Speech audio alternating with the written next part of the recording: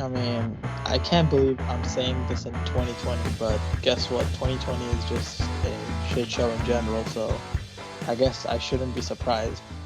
Jay freaking Uso is the number one contender to the Universal Championship. Like, did I just sim the universe mode on WWE 2K? Who's fucking with the First of paradox? all, it's Jimmy Uso, you racist fuck. No, it's Jay. It's Jimmy Uso, you racist. Jimmy's the one that's hurt. It's Jimmy. Jay's the one that's hurt. You guys are so racist. And I have fun. Okay, so it's one of the Usos.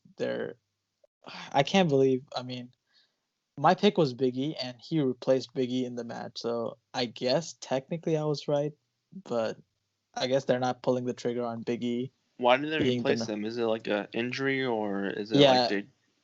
So Big E got jumped. Probably just to write him off, so they're gonna save him for later. Yeah, he got jumped by Sheamus.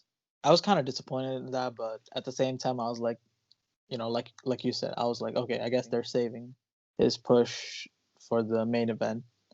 Like saving it for what? Survivor Series, he's not gonna get it probably because what are they gonna do for Survivor Series? Are they still gonna do the same thing this year? They might. War Games without a crowd, that's weird. That's like, oh my god, Royal Rumble's gonna be so weird. Yeah, and on SmackDown, Heyman cut a pretty awesome promo with Reigns at the beginning of the show. I'm liking this pairing. Like, Roman Reigns at this point is pretty much a full-time Brock Lesnar. And I think I like that because that's pretty much what we've been asking for the past 5 years, pretty much. We don't need him to do too much. We just need him to look badass. Don't not talk too much on the mic because we know that's not his strong suit. Give him a manager, and like his shirt says, wreck everyone and leave. Like, it's simple as that. How is it that it took them 5 years to realize this? It took a whole pandemic and the crowd going away for them to do this. The day after he won the Rumble, he should have turned heel. Oh yeah, that's true. That night in Philly. Yeah. Another perfect time was you guys remember like the night after WrestleMania 33? Like that heat was this is my nuclear. yard now. Yeah, that heat was nuclear. Like, how did they not make him a full-blown heel because of that? It was like, I don't need anyone. I don't need you. Yeah. I said I was going to do it, and you didn't believe me. I mean, the man was getting booed out the building. Yeah. Yeah, but I'm honestly loving the pairing with Heyman. And I feel like his reign as Universal Champion is going to be pretty memorable. But I don't know, man. I don't know about this Jey Uso match. Like, it seems kind of underwhelming, It seems like a match I would see on SmackDown rather than a pay-per-view. I don't know. It's Clash of the Champions, and not that many people are going to watch it. I guess that's true. I mean, they're only pay-per-view in September. The main event's probably going to be Drew McIntyre and is it Orton again? Yeah, Orton won the number one contender. Yeah. Yes. I mean, I don't see Jimmy Uso main eventing. One of the Usos main events. Yeah, Jimmy. One of the Usos main events, a pay-per-view in 2020. Unbelievable. I mean, maybe there's some kind of story behind it because I heard on commentary that Heyman was the one who picked the Uso to replace Big E. What could be the story behind this? I mean, I thought to myself, okay, if Jay or Jimmy Uso, maybe he's gonna team up with Reigns to help take out the competition or something like, because they're family, right? Even in storyline. So now I'm kind of thinking like maybe there's like some kind of story behind Heyman picking Uso, and I don't know. What do you guys think about that? I think it probably is going to be a good match because Roman's a good wrestler, whether they like it or not. But I haven't really seen Jimmy do a lot of singles matches, right. So I only seen, of course, like tag team. Was he the one that was in the ladder match at Mania? Yes, it was one of the brothers. Yeah. Yes, it was one of them. Yeah, one of the twins. So yeah, I mean it'll be a good match. Also, what the fuck is Jimmy's haircut? Look at that shit. I don't even know what that is. It's Why do like they keep saying like Jimmy was the one in the ladder match? This is Jay. What is this? What is this? it's like a weird mullet in a way. It is. It looks awkward.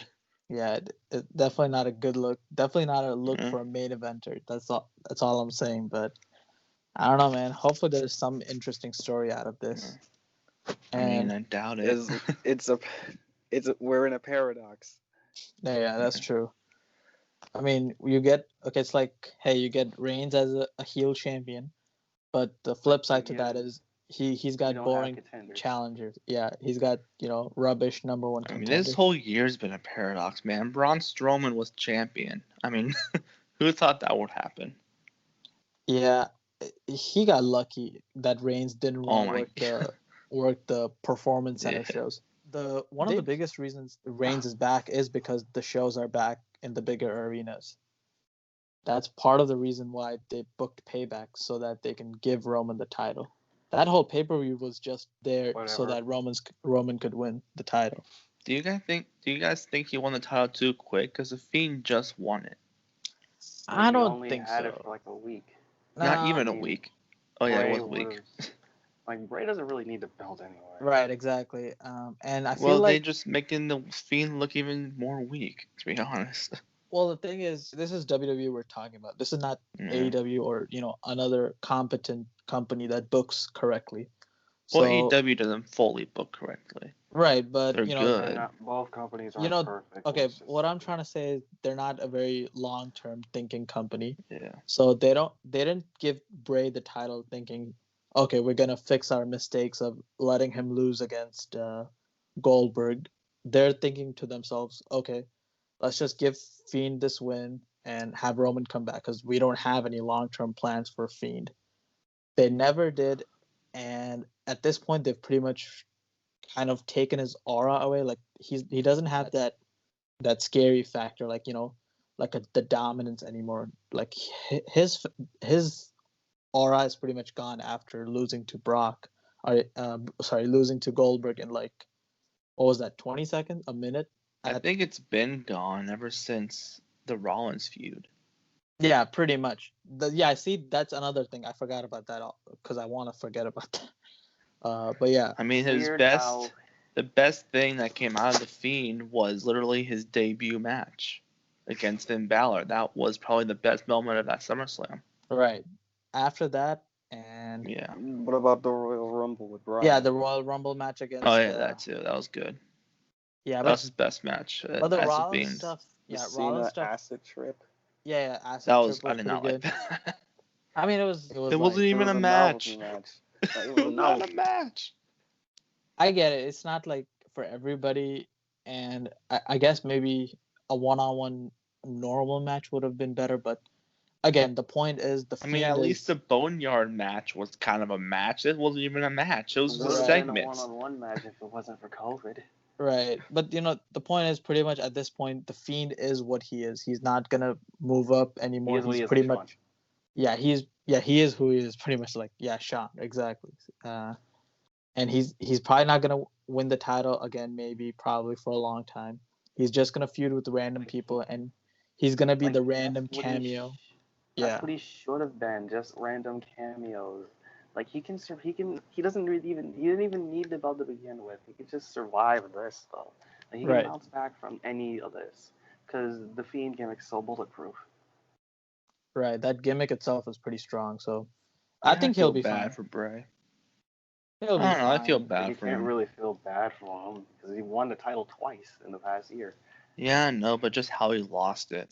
Oh yeah, that's true. I mean, again, this is WWE we're talking about. This stuff like this you should expect from them. I mean, didn't you feel bad for Rey Mysterio when he won the title and then later that night John Cena beat him? Yeah, that's true. Oh, definitely, because they squandered it and then long-term book that. Yeah, they do stuff like this all the time, and this is actually a good segue to our next topic. Like, I'm hearing reports that Retribution is going to be exclusive to Raw, and also I'm hearing that Retribution now is pretty much not as over with Vince as it was before. So pretty much at this point, their 3-week push is over, and they're not going to be much of a factor anymore on the TV going forward. So anybody who was fantasy booking Retribution to be this wrestler from NXT, oh, this guy's going to be their leader, yeah, forget about it. Vince said 3-week push, it's out of here. What do you guys think about that? Is it one of the guys Dominic Dijak? It was supposed to be. Like, I saw like a thing where it like showed random extras. Yeah.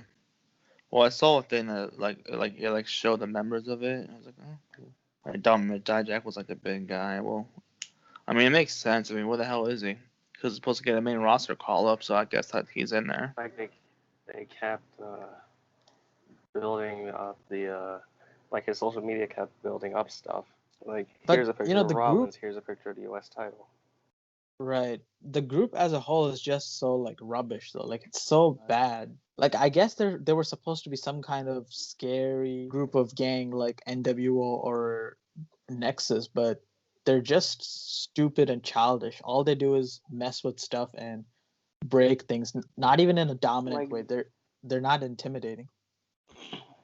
There hasn't even like been a reason why they're doing this. When you think about past wrestling stables that want to cause chaos and try and bring doom and gloom to the wrestling business, they would literally either a couple weeks in or at the first big pay-per-view, they would do a big reveal of like, this is the reason why we're doing this. Like Nexus, there's a reason why they did that.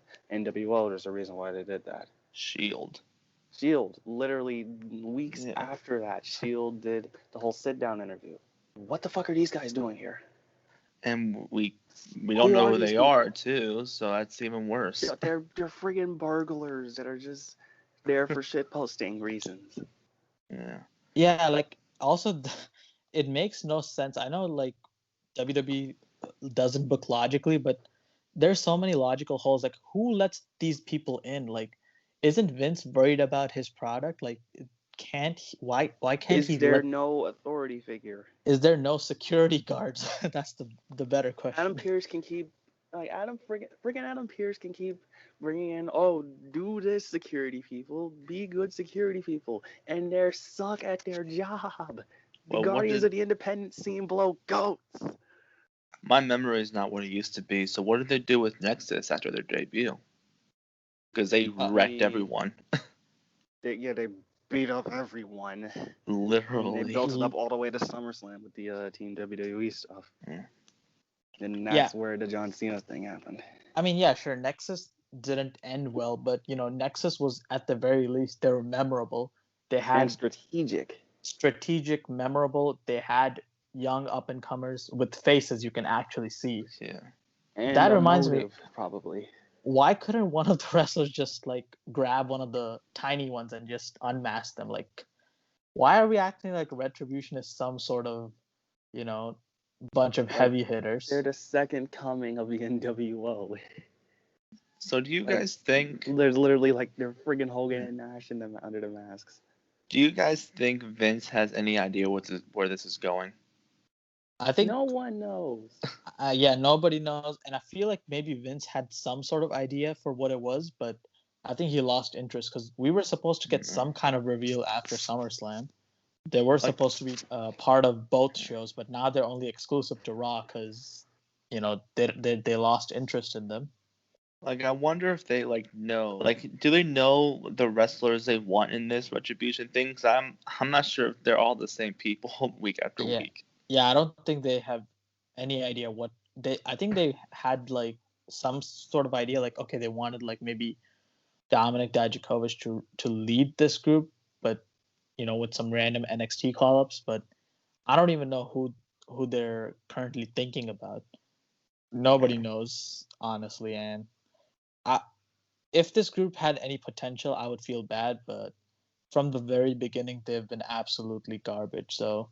I mean, it was weird. What, they killed the Power one day? In the Performance Center? I'm like, okay, is that all you got? What is... I just want to know what their reason... What's their motive?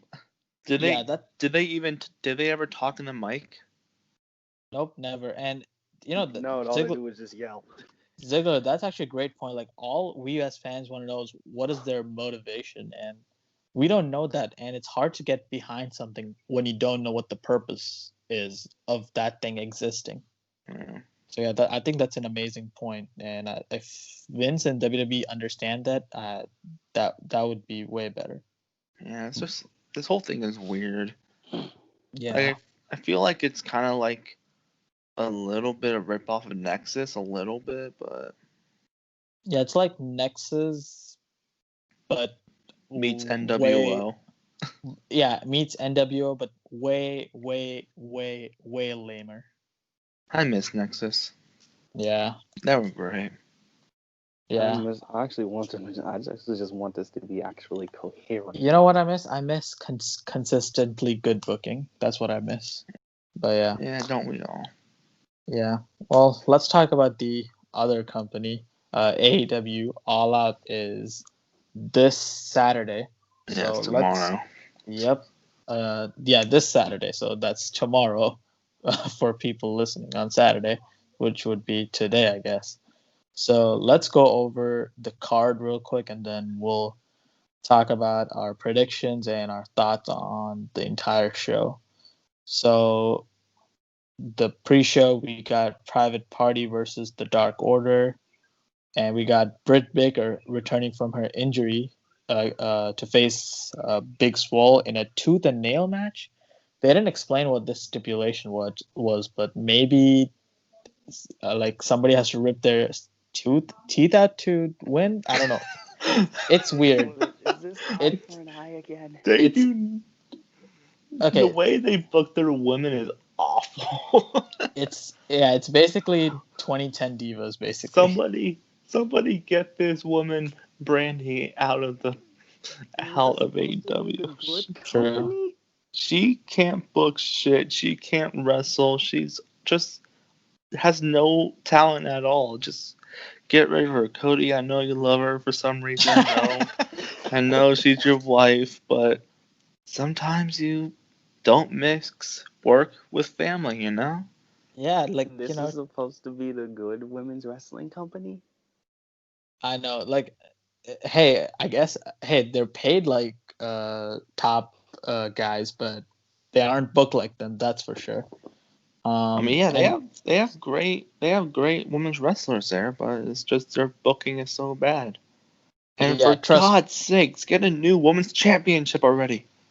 Yeah, trust me, all these problems will go away when Brandy Rhodes leaves. Trust me. We're waiting for that day. It's never going to happen. We're going to celebrate on this podcast when that day happens. And we got we're going to celebrate. Yeah, we're going to pop some of the little bit of the bubbly, as Chris Jericho would say. Yeah, the only reason she's there is because she's fucking Cody. Yep. Without Cody, she's nothing. That's the truth. Without Cody, she's just an announcer in WWE. Hey, man, that's true. And hey, if anybody tries to cancel us out for that, y'all can suck it, man, because it's true. And we got Matt Hardy versus Sammy Guevara in a Broken Rules match. So if Matt Hardy loses this match, he has to leave AEW. He's out of there. So I have a sneaking suspicion. Just a last man standing match. Yes. So I think Matt Hardy will probably win this because Sammy won their first encounter. And we got Jurassic Express versus the Young Bucks. Just a normal tag match. Then we got Dark Order and versus Matt Cardona, Scorpio Sky, and the Nightmare Collective. So it's going to be Dustin Rhodes and QT Marshall 8-man tag. A lot of tag team matches. And then we got that 21-man Casino Battle Royale. Winner gets the AEW title shot in the future. And then we got Hikaru Shida versus Thunder Rosa for the AEW Women's Championship. We got the match that I'm really looking forward to the most. It's Kenny Omega and Adam Page versus FTR for the tag titles. This match is going to be a banger. And we got Chris Jericho versus Orange Cassidy in a Mimosa Mayhem match. So you can either win by pinfall, submission, or you got to throw your opponent into what I'm guessing is a pool of mimosa, like you would. And finally, we got Jon Moxley versus MJF for the AEW World Title. Quick prediction: I think MJF is gonna win. I know that's kind of a bold prediction. A lot of people are predicting Moxley's gonna win, but I think at this point AEW is gonna pull the trigger and get MJF his first major title win. I think it's gonna be a pretty cool moment to see him win. As for Kenny Omega and Adam Page, I think their reign as tag team champions is about to end. It's going to be a hell of a 30-minute match, and FTR is going to win. And I feel like Adam Page will complete his heel turn, beat up Kenny Omega, and I feel like they will probably start feuding up until the next, Double or Nothing or whatever they're calling their next major pay-per-view. So those are my predictions. Cam, what are your predictions for this pay-per-view and your thoughts on the card? This is a solid card. I'll give it that. Better than Payback, to be honest. By the way, did you guys hear about the Tony Khan conference call where he said that Double or Nothing was better than WrestleMania? Yep, I heard, and I loved it. Pretty cool to see. I mean, of course, the owner would say that their thing is better than the competition. Like, what else would you expect them to say? Oh, I mean, you're getting no arguments from me. You're not gonna say that. Like, you're getting no arguments from me. AEW will actually focus on wrestling at their shows, and WrestleMania focused on the spectacle and entertainment and fireworks. So, right, Mania has always been spectacle first. Yeah, and wrestling second or third. To be honest, fireworks and performances are second. But pyro and ballyhoo. Yeah. That's why Wrestle Kingdom is far better than WrestleMania, because Wrestle Kingdom has great matches top to bottom, and it doesn't focus on the spectacle. Just focus on great wrestling, because they have the best wrestlers there and the best wrestling in there. Well, we're getting off topic. Anyway, my predictions: Britt Swole, Britt, Matt, Sammy, Last Man Standing, Matt, Bucks over Jurassic Express, Dark Order over Natural Nightmare. Who to win in this Casino Battle Royale match? Lance Archer. Sheeta to retain.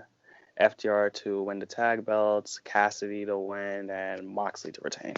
Yeah, man, it's definitely gonna be a pretty interesting pay-per-view. And wait, is Brody Lee not defending the title? No, he's in that. He's in the 8-man tag. Okay. I think he'll defend it. I don't know if they're doing a weekly thing, but he might defend it either on AEW Dynamite or maybe at the next pay-per-view. Yeah, don't and they do like an every other month thing? Yeah, so I guess he would next defend it in like the November pay-per-view, whatever they're calling that. If it's just if it's not full gear again. Yeah, well, I think they might try a different name because the November pay-per-view doesn't seem to be set in stone right now. Nothing is set in stone. I think they gotta like do something with these pay-per-views, man. Like they gotta put them on somewhere else and not make them like $65. I'm sorry, but I'm not paying for that. Yeah, I feel like they have to figure that out because they're trying to use the traditional pay-per-view method, which I mean kind of makes sense because they're not asking you to pay the $60 every month for a pay-per-view. Kind of like they're just trying to make it so that every 3 months they make it a special event. So maybe then they justify the price point. But that's like up to the people who are potentially purchasing it. Yeah. Aren't they on Fight? For out of country. On Fight it's like $50, but that's I don't think that's. I was thinking like they need like at least a streaming service like the network. Yeah. Where they have a back catalog that can be easily accessed. Yeah, they might be thinking about streaming services is the way to go. Yeah, they might be thinking about streaming service, but I think they're just waiting for content to fill up on their end. I thought maybe HBO Max can do the pay-per-views and stuff like that. But I don't think HBO Max is thinking about live programming like that. It would be cool, though. Even though they sponsored a Dynamite episode for some reason. Right, HBO Max. Hey, I think a lot of wrestling fans would purchase HBO Max if for $15 you can watch AEW pay-per-views, Oh, yeah. Then they can have pay-per-views every month. Throw All In on there just because it's a precursor. Right. Hey, they can maybe test it out. Maybe put all in or All Out on HBO Max for on demand. See if they get subscribers for it. Didn't they put All Out on YouTube like last week? I think so. Cards, yes. Yeah. And Ziggler, what are your thoughts on this overall card, though? I mean, I agree with Cam. It's a decent card. Matches of the night will probably be Bucks, Jurassic Express, and Revival. I mean, FTR versus Omega and Hangman. I didn't watch last week or the week before, but I saw Hangman costing Young Bucks their match or whatever for some reason. And I guess he might turn heel on Saturday, so that might be fun. But yeah, they're definitely gonna put on a fantastic match. And same with the Bucks and Jurassic Express, the Elite versus Jurassic Express at what was it, Fight for the Fallen? I think. Yeah, that was my favorite match of the night. So yeah, I mean, I'm probably not gonna order it, but I might check the matches online or something like that. Yeah, for sure. And yeah, definitely looking forward to this pay-per-view. Should be a nice September pay-per-view to kick off September. Hey everyone, hope you enjoyed that video and make sure to like, share, and subscribe. And click on the channel to check out some more awesome videos like our movie and wrestling debates and our interviews with people like the Wrestling Classic and Jordan Jomo from the IGWC. And we are definitely looking into delivering you all some more content in the near future, so definitely be on the lookout for that. And thank you for your support.